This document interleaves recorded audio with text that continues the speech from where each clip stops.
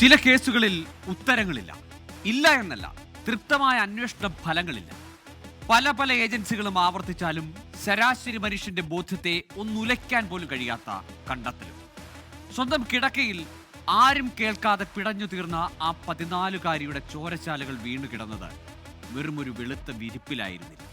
ഉത്തരം കിട്ടാത്ത 100 ചോദ്യങ്ങളുടെ നിഴൽ വീണ വഴികളിലായിരുന്നു.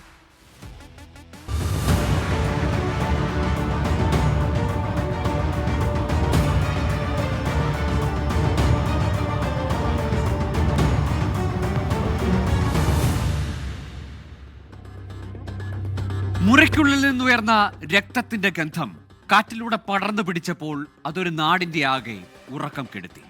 കറുത്ത സത്യങ്ങൾ തേടി അന്വേഷണങ്ങൾ നടന്നു. പക്ഷേ തെളിവുകളേക്കാൾ വേഗത്തിൽ കഥകൾ പ്രചരിച്ചു. നീതിയുടെ തുലാസിൽ നിഴലുകളും സംശയങ്ങളും മാറി മാറി തൂങ്ങി നിന്നു. ആരും അറിയാത്ത, ആരോടും പറയാത്ത ആ രഹസ്യം ഇപ്പോഴും ആ വീടിന്റെ ചുവരുകളിൽ കറ പഠിച്ചു കിടക്കുന്നത് കാണാം. ആരംഭിക്കാം കുറ്റവും ശിക്ഷയും.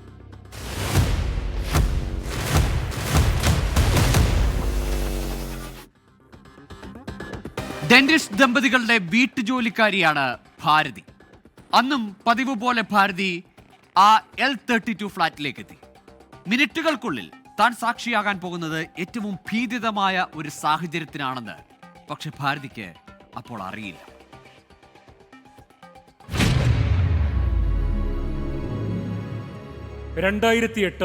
മെയ് 16 വെള്ളിയാഴ്ച. സമയം രാവിലെ 6 മണി. Jalvayu Vihar apartment, sector 25, Noida, Uttar Pradesh. Sector 25-ലെ ജൽവായു വിഹാർ അപ്പാർട്ട്മെന്റിലേക്ക് എത്തിയതായിരുന്നു ഭാരതി. അപ്പാർട്ട്മെന്റിലെ ദന്തിസ്റ്റ് ദമ്പതികളായ രാജേഷ് തൽവാറിന്റെയും നൂപുർ തൽവാറിന്റെയും ഫ്ളാറ്റിലാണ് ഭാരതി ജോലി ചെയ്യുന്നത്. രാവിലെ ജോലിക്കെത്തിയ ശേഷം രാത്രിയോടെ ജോലി പൂർത്തിയാക്കി മടങ്ങിപ്പോകുന്നതായിരുന്നു പതിവ്. ഭാരതിക്ക് പുറമെ ഹേംരാജ് എന്നൊരു ജോലിക്കാരനും ആ വീട്ടിൽ തന്നെ ഉണ്ട്. ഹേംരാജ വീട്ടിൽ സ്ഥിരമായി നിൽക്കുന്ന ജോലിക്കാരനാണ്. വീട്ടിലെത്തിയ ഭാരതി കോളിംഗ് ബെൽ അടിച്ചു. രാജേഷും നൂപുറും വളരെ വൈകി ഉറക്കമുണരുന്നവരായതിനാൽ ഹേംരാജാണ് സാധാരണ ഭാരതിക്ക് വാതിൽ തുറന്നു നൽകാറ്. എന്നാൽ അന്ന് എത്ര തവണ കോളിംഗ് ബെൽ അടിച്ചിട്ടും ഹേംരാജ വാതിൽ തുറന്നില്ല. കുറച്ചു സമയം കഴിഞ്ഞതോടെ ഭാരതിയുടെ ബെല്ല് കേട്ട നൂപുർ പ്രധാന വാതിൽ തുറന്നു. പ്രധാന വാതിലിന് പുറമെ ഒരു ഗ്രിൽ ഡോറ് കൂടി ആ വീടിനുണ്ടായിരുന്നു. ഉറക്കച്ചടവോടെ വന്ന നൂപുർ അകത്തെ പ്രധാന തടി വാതിൽ തുറന്നെങ്കിലും ഗ്രില്ല് പുറത്തുനിന്ന് പൂട്ടിയ നിലയിലായിരുന്നു. ഹേംരാജ പാലു വാങ്ങാൻ പുറത്തു പോയിട്ടുണ്ടാകുമെന്നും അതുകൊണ്ടാണ് ഗ്രില്ല് പൂട്ടിയിട്ട് പോയതെന്നുമാണ് നൂപുർ ഭാരതിയോട് പറഞ്ഞത്. ഹേംരാജ് എത്തിയാൽ വാതിൽ തുറന്ന് അകത്തു കയറാമെന്നും നൂപുർ ഭാരതിയോട് അകത്ത് നിന്നുകൊണ്ട് തന്നെ പറഞ്ഞു.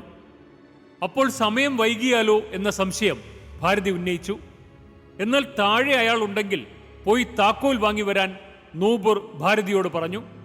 ഭാരതി താഴേക്ക് ഇറങ്ങാൻ തുനിഞ്ഞപ്പോൾ നൂപുർ പെട്ടെന്ന് ഭാരതി എന്ന് വിളിച്ചു. മുകളിൽ ഫ്ളാറ്റിന്റെ ബാൽക്കണിയിലെത്തിയ നൂപുർ കയ്യിലുണ്ടായിരുന്ന സ്പെയർ താക്കോൽ താഴേക്ക് എറിഞ്ഞുകൊടുത്തു. ഭാരതി ആ താക്കോൽ ഉപയോഗിച്ച് ഗ്രിൽ ഡോർ തുറക്കുന്നതിനിടെ അകത്തുനിന്ന് നൂപുറിന്റെ നിലവിളി കേട്ടു. ഭാരതി വേഗം അകത്തെത്തി. മകളുടെ പേര് പറഞ്ഞാണ് നൂപുറിന്റെ നിലവിളി. മകൾ ആരുഷി. കരച്ചിൽ കേട്ട് ആ ഭാഗത്തേക്ക് ഓടിയ ഭാരതി കണ്ടത് ആരുഷിയുടെ റൂമിന്റെ പുറത്തിരുന്ന് പൊട്ടിക്കരയുന്ന നൂപുർ തൽവാറിനെയാണ്. ഹേംരാജ് എന്താണ് ചെയ്തതെന്ന് നോക്കൂ എന്ന് പറഞ്ഞ് നൂപുർ അലറിക്കരയുന്നുണ്ട്. ഇതേ സമയത്ത് മേശപ്പുറത്ത് പാതി തീർന്ന മദ്യക്കുപ്പികൾ നോക്കി ആരാണിതൊക്കെ ഇവിടെ കൊണ്ട് വച്ചതെന്ന് ചോദിച്ച് രാജേഷ് തൽവാർ അലറുന്നുണ്ട്. മകളുടെ മുറിയിലേക്ക് നോക്കി അവനാണ്, ആ ഹേംരാജാണ് ഇത് ചെയ്തത് എന്ന് രാജേഷ് ഉറക്കെ പറയുന്നുമുണ്ട്. നൂപുറിന്റെ കരച്ചിലും രാജേഷിന്റെ ബഹളവും കേട്ട് ആരുഷിയുടെ മുറിയിൽ കയറിയ ഭാരതി ആ കാഴ്ച കണ്ട് ഞെട്ടി. മുറിയിലെ കട്ടിലിൽ ആരുഷിയുടെ ശരീരമാകണം, അത് വെള്ള ബെഡ്ഷീറ്റ് കൊണ്ട് പൂർണ്ണമായി മൂടിയിട്ടിരിക്കുകയായിരുന്നു. ഭാരതി ആ ബെഡ്ഷീറ്റ് മാറ്റി നോക്കിയപ്പോൾ രക്തത്തിൽ കുളിച്ചു കിടക്കുന്ന ആരുഷി. ആരുഷിയുടെ കഴുത്ത് ആഴത്തിൽ മുറിക്കപ്പെട്ട നിലയിലായിരുന്നു. അനക്കമില്ലാത്ത ആരുഷി. ഭയാനകമായ ഈ കാഴ്ച കണ്ട് ഭാരതി ആകെ പരിഭ്രാന്തയായി. ഭാരതി ഉടൻ തന്നെ ഫ്ളാറ്റിൽ നിന്ന് പുറത്തേക്കോടി അയൽക്കാരെ വിവരമറിയിക്കാൻ ശ്രമിച്ചു. ആരുഷി കൊല്ലപ്പെട്ടെന്ന വാർത്ത നിമിഷങ്ങൾക്കകം ആ അപ്പാർട്ട്മെന്റ് സമുച്ചയത്തിൽ പടർന്നു. രാജേഷ് തൽവാർ ഉടൻ തന്നെ തന്റെ സഹോദരനെയും സുഹൃത്തുക്കളെയും ഫോണിൽ വിളിച്ച് വിവരമറിയിച്ചു. രാജേഷ് തൽവാറിന്റെ സഹോദരനായ ദിനേശ് തൽവാറും കുടുംബ സുഹൃത്തുക്കളും വിവരമറിഞ്ഞ് അവിടേക്കെത്തി. ഡോക്ടർമാരും നാട്ടുകാരും അടങ്ങുന്ന വലിയൊരു ജനക്കൂട്ടം ചുരുങ്ങിയ സമയത്തിനുള്ളിൽ ഫ്ളാറ്റിനു മുന്നിൽ തടിച്ചുകൂടി. ഫ്ളാറ്റിനുള്ളിൽ കയറിയ അയൽക്കാരും സുഹൃത്തുക്കളും ദുഃഖത്തിലായ തൽവാർ ദമ്പതികളെ ആശ്വസിപ്പിക്കാൻ ശ്രമിച്ചു. ഫ്ളാറ്റിലേക്ക് ആളുകൾ തടിച്ചുകൂടിയതോടെ സംഭവസ്ഥലത്തെ തെളിവുകൾ നശിച്ചു പോകും എന്ന അവസ്ഥയുണ്ടായി.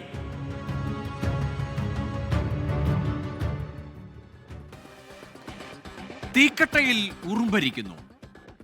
Air force naval housing board AFNHB Jalvayu Vihar കോളനിയിൽ നിർമ്മിക്കുന്നത്. ഇന്ത്യൻ വ്യോമസേനയുടെയും നാവികസേനയിലെയും ഉദ്യോഗസ്ഥർക്കും വിരമിച്ചവർക്കും വേണ്ടിയാണ് ഈ സൊസൈറ്റികൾ പ്രധാനമായും നിർമ്മിച്ചിരിക്കുന്നത്. മികച്ച സെക്യൂരിറ്റി സംവിധാനമുള്ള ഒരു ഗേറ്റഡ് കമ്മ്യൂണിറ്റിയാണിത്. കൂടിയവർ അന്തം വിട്ടു. പുറത്തു നിന്നുള്ള ആരുമാകാൻ വഴിയില്ല. ഇത് അയാൾ തന്നെയാകും.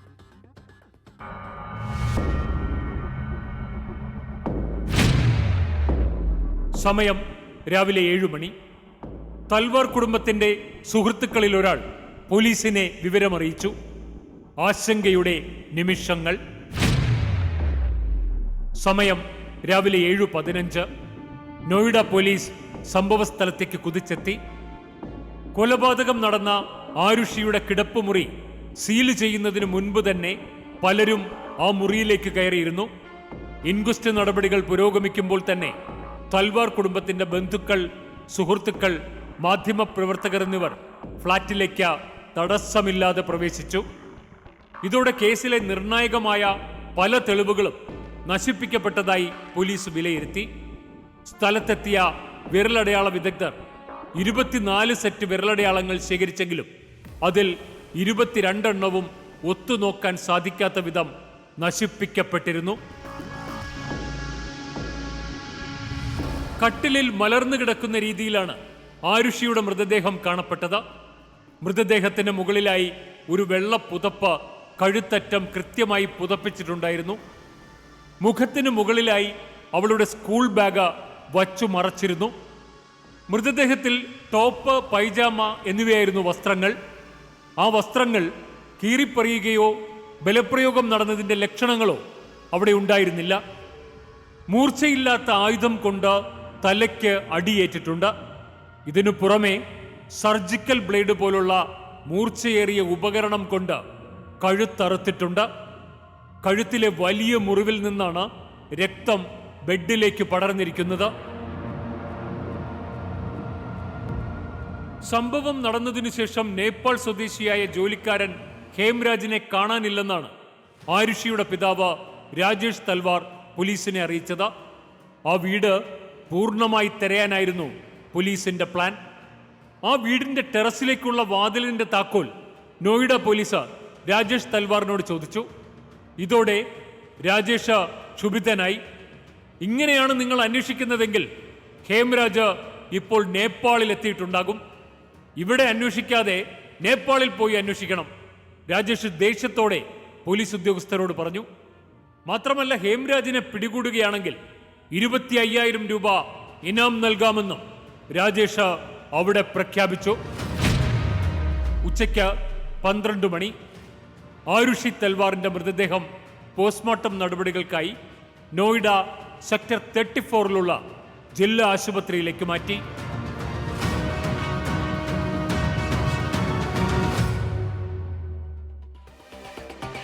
പതിമൂന്ന് വയസ്സ് മാത്രമായിരുന്നു ആരുഷിയുടെ പ്രായം. തൽവാർ ദമ്പതികളുടെ ഏക മകൾ. ജീവിതത്തെ ഏറെ സ്നേഹിക്കുന്നുവെന്ന് ഓർക്കുഡ് പ്രൊഫൈലിൽ കുറിച്ചിട്ട പെൺകുട്ടി. ആ ഇളം ജീവനെ ആരാണ് ഇങ്ങനെ അറുത്തെടുത്തത്?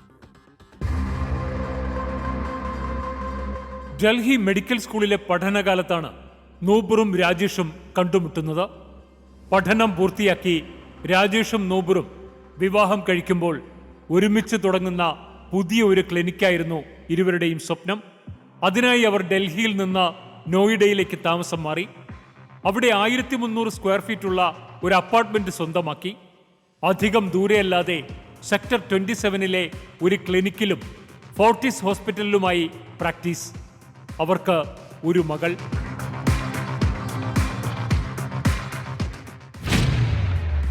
2007 നവംബർ. തൽവാർ കുടുംബത്തിൽ വർഷങ്ങളായുള്ള ജോലിക്കാരനായിരുന്നു നേപ്പാൾ സ്വദേശി വിഷ്ണു ശർമ്മ. അയാൾ അവധിക്കായി നാട്ടിൽ പോകുമ്പോൾ അയാൾക്ക് പരിചയമുള്ള ഒരാളെ പകരം നൽകിയിട്ടാണ് പോകുന്നത്. അത്തരത്തിൽ വിഷ്ണു ശർമ്മയ്ക്ക് പകരം വന്ന ഒരാളായിരുന്നു ഹേംരാജ് ബഞ്ചാരെ. ഇയാൾ പെട്ടെന്ന് തന്നെ തൽവാർ കുടുംബത്തിന് പ്രിയങ്കരനായി മാറി. മടങ്ങി വന്ന വിഷ്ണു ശർമ്മയെ തങ്ങൾക്കിനി ആവശ്യമില്ലെന്നും ഹേംരാജിനെ മതിയെന്നും തൽവാർ ദമ്പതികൾ പറഞ്ഞു. ഇതോടെ ഹേംരാജ തൽവാർ കുടുംബത്തിലെ സ്ഥിരം ജോലിക്കാരനായി മാറി. സംഭവം നടക്കുന്നതിന് 7 മാസം മുമ്പായിരുന്നു തൽവാർ കുടുംബത്തിലെ ജോലിക്കാരനായി ഹേംരാജ സ്ഥിരമായത്. 2008 മെയ് 15 വ്യാഴാഴ്ച. സമയം രാത്രി 10 മണി. ആരുഷിയുടെ ജന്മദിനത്തിന് ഒരാഴ്ച കൂടിയേ ബാക്കിയുണ്ടായിരുന്നുള്ളൂ. മകൾക്ക് ജന്മദിനത്തിനു മുമ്പേ സമ്മാനം നൽകാൻ രാജേഷും നൂബറും തീരുമാനിച്ചിരുന്നു. മെയ് 15 രാത്രി 10 മണിക്ക് അവർ ഒരുമിച്ച് അത്താഴം കഴിച്ചു. അതിനുശേഷം സോണി 10 മെഗാപിക്സൽ ക്യാമറ അവർ മകൾക്ക് സമ്മാനമായി നൽകി. ക്യാമറ ലഭിച്ചതോടെ ആരുഷി വളരെ സന്തോഷത്തിലായി. അന്ന് രാത്രി ആ ക്യാമറ ഉപയോഗിച്ച 23 ചിത്രങ്ങളാണ് ആരുഷി എടുത്തത്. അവസാനത്തെ ചിത്രം രാത്രി 10:10 അത്താഴത്തിന് ശേഷം തൽവാർ ദമ്പതികൾ ഉറങ്ങാൻ പോയി. 11 മണിയായപ്പോൾ രാജേഷിന് ഇന്റർനെറ്റ് ഉപയോഗിക്കേണ്ടതായി വന്നു. ആരുഷിയുടെ മുറിയിലാണ് ഇന്റർനെറ്റിന്റെ റൗട്ടർ ഇരിക്കുന്നത്. റൗട്ടർ ഓൺ ചെയ്യാനെത്തിയത് നൂബറായിരുന്നു. നൂബർ കണ്ടത് ചേതൻ ഭഗത്തിന്റെ 3 മിസ്റ്റേക്സ് ഓഫ് മൈ ലൈഫ് വായിക്കുന്ന ആരുഷിയെയാണ്. നൂബർ റൗട്ടർ ഓൺ ചെയ്ത് തിരികെ വന്ന് കിടന്നു. രാവിലെ 6 മണി. വീട്ടുജോലിക്കാരിയായ ഭാരതി കോളിംഗ് ബെൽ അടിച്ചപ്പോഴാണ് തൽവാർ ദമ്പതികൾ ഉണർന്നത്. ഭാരതിക്ക് താക്കോൽ എടുത്ത് നൽകിയ ശേഷം മകളുടെ മുറിയിലെത്തിയപ്പോഴാണ് ആരുഷി മരിച്ചു കിടക്കുന്നതായി കണ്ടത്. രാജേഷും നൂബറും പോലീസിനോട് നടന്ന കാര്യങ്ങൾ ഓരോന്നായി വ്യക്തമാക്കി. ഡൽഹിയോട് ചേർന്ന് കിടക്കുന്ന നോയിഡയിൽ നിന്നൊരു ഹൈ പ്രൊഫൈൽ മർഡർ കേസ്. സമ്പന്നർ താമസിക്കുന്ന ഇടം. നേവി, എയർഫോഴ്സ് ഉദ്യോഗസ്ഥരോ വിരമിച്ചവരോ ആണ് ബഹുഭൂരിപക്ഷവും. അതുകൊണ്ട് തന്നെ കേസ് വളരെ പെട്ടെന്ന് ചർച്ചയായി. ഉടമസ്ഥന്റെ കൗമാരക്കാരിയായ പെൺകുട്ടിയെ കൊലപ്പെടുത്തി ജീവനക്കാരൻ നാടുവിട്ടിരിക്കുന്നു. അതായിരുന്നു ആദ്യ ദിനം വന്ന റിപ്പോർട്ടുകൾ.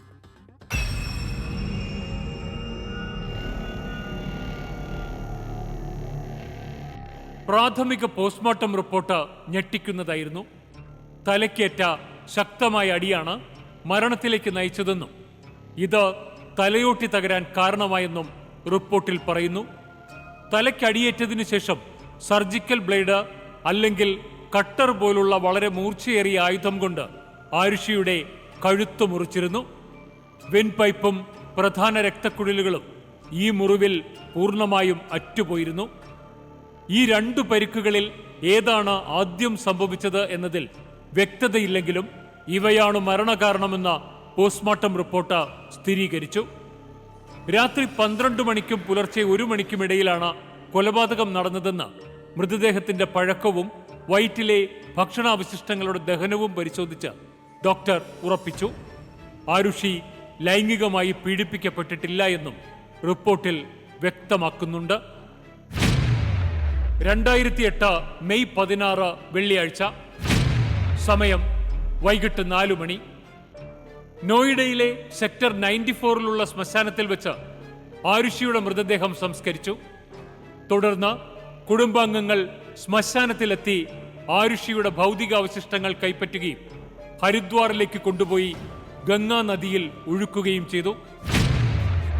ആരുഷി തൽവാർ, വയസ്സ് 13, 8ാം ക്ലാസ് വിദ്യാർത്ഥിനി. Delhi public school, Noida, UP.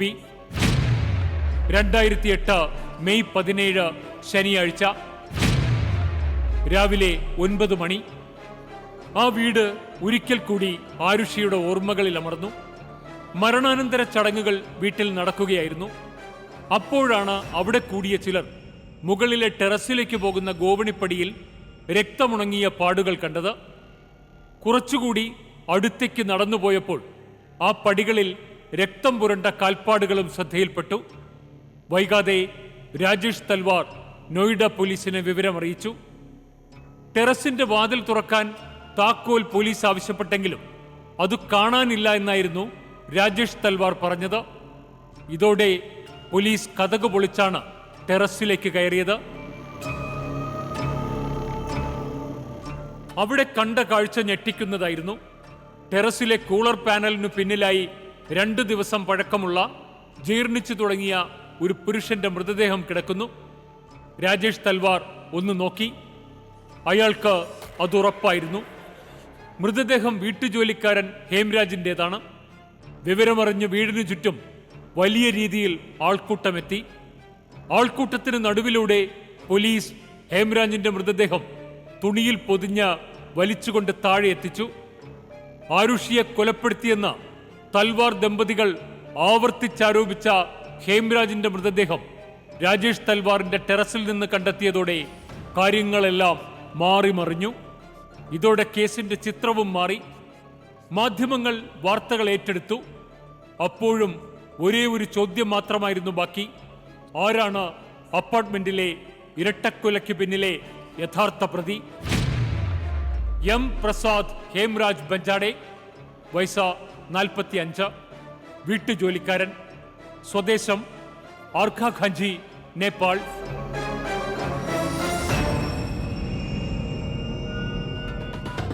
പോലീസിന്റെ ആവശ്യപ്രകാരം ഹേംരാജിന്റെ പോസ്റ്റ്മോർട്ടം റിപ്പോർട്ടും വളരെ വേഗം പുറത്തു വന്നു.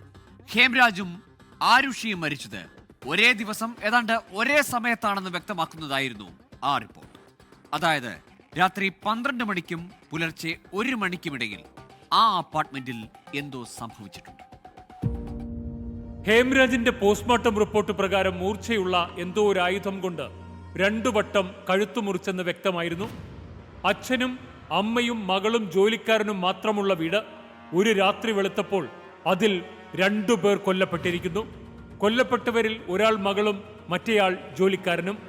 ആ രാത്രിയിൽ പുറത്തു നിന്നൊരാൾ വീട്ടിലേക്ക് വരികയോ വീട്ടിൽ നിന്നാരും പുറത്തേക്ക് പോവുകയോ ചെയ്തിട്ടില്ല. അപ്പോൾ കൊലപാതകി ആ വീടിനുള്ളിൽ തന്നെയാണ് എന്നതല്ലേ ശരി? പോലീസ് ചില നിഗമനങ്ങളിലേക്കെത്തി. 2008 മെയ് 23 വെള്ളിയാഴ്ച ആരുഷി ഹേംരാജ് കൊലപാതക കേസിൽ ആദ്യ അറസ്റ്റ്. ഇരുവരും കൊല്ലപ്പെട്ട കൃത്യം ഒരാഴ്ചയ്ക്ക് ശേഷം. കേസിൽ ആരുഷിയുടെ പിതാവ് രാജേഷ് തൽവാറിനെ നോയിഡ പോലീസ് അറസ്റ്റ് ചെയ്തു. ഞെട്ടിക്കുന്ന വാർത്ത. നിർണായകമായ വിവരങ്ങളുടെ അടിസ്ഥാനത്തിലാണ് നോയിഡ പോലീസ് ദന്തിസ്റ്റായ രാജേഷ് തൽവാറിന്റെ അറസ്റ്റിലേക്ക് കടന്നത്. ആരുഷിയുടെ മൃതദേഹം കണ്ടെത്തിയ ബെഡ്റൂമിൽ ഒരു പിടിവലി നടന്നതിന്റെ യാതൊരു ലക്ഷണവും ഉണ്ടായിരുന്നില്ല. 4 പേരുള്ള അതിസുരക്ഷാ സംവിധാനങ്ങളുള്ള വീടിന്റെ ഉള്ളിൽ 2 പേർ കൊല്ലപ്പെട്ടിട്ടുണ്ടെങ്കിൽ കൊലപാതകങ്ങൾ നടത്തിയത് വീടിനുള്ളിലുള്ള ഒരാളാണെന്നും ആ കൊലപാതകി രാജേഷ് തൽവാർ ആണെന്നുമുള്ള നിഗമനത്തിലേക്കാണ് പോലീസ് എത്തിയത്. കൊലപാതകത്തിന് പിന്നിലെ യഥാർത്ഥ കാരണം വ്യക്തമല്ല. പക്ഷേ അതൊരു ദുരഭിമാന കൊലയാകാം എന്ന സൂചനകൾ കൂടി നൽകിയായിരുന്നു ആ അറസ്റ്റ്.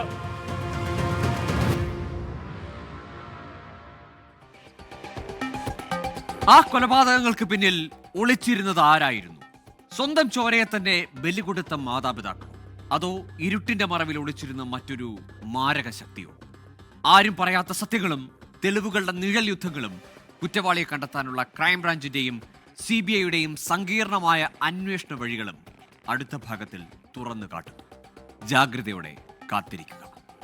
ലോകത്തെവിടെയായാലും ഏത് സമയത്തും 24 വാർത്തകളും ഓഗ്മെന്റഡ് റിയാലിറ്റി പാക്കേജുകളും എക്സ്പ്ലെയിനറുകളും വിശദമായി കാണാൻ ഞങ്ങളുടെ YouTube ചാനൽ നിങ്ങൾക്ക് സബ്സ്ക്രൈബ് ചെയ്യാം.